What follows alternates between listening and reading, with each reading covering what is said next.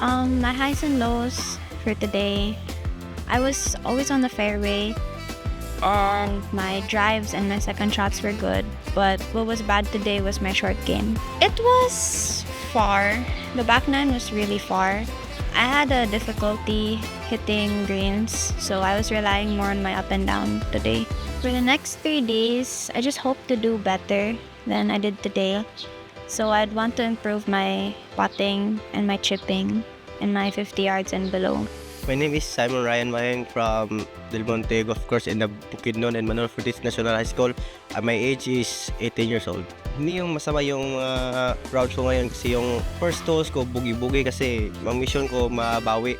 Yung main ko sa front for over tsaka even par din sa back nine. Mas mini-maintain ko lang para low.